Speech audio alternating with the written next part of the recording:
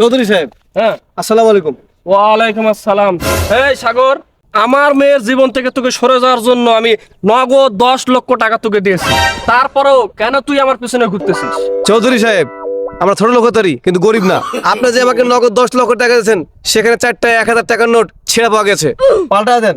টাকা কি আমি সবসময় সাথে নিয়ে ঘুরি নাকি? যাও, বিকেলে এসো। আচ্ছা। এই চৌধুরী সাহেব, আবার কি হলো? আপনি আরো 10 লক্ষ টাকা রেডি রাখেন। টাকা কি মগর মূল্যক নাকি? আমার তো ছোট ভাই আছে না, আপনাদের ছোট মেয়ে বিলকিস, তার সাথে একটা সংযোগ চলতেছে। হলেও তো হয়ে যেতে পারে, হলেও তো তাকে 10 লাখ টাকা দিতে হবে আপনার। যেহেতু আমি তার বড় ভাই, আপনি আমাকে 10 লাখ টাকা দিচ্ছেন, যেহেতু আমার ছোট ভাইয়ের সাথে আপনার ছোট মেয়ের একটা হয়ে গেছে, তো সেক্ষেত্রে টাকাটা দিতে হবে।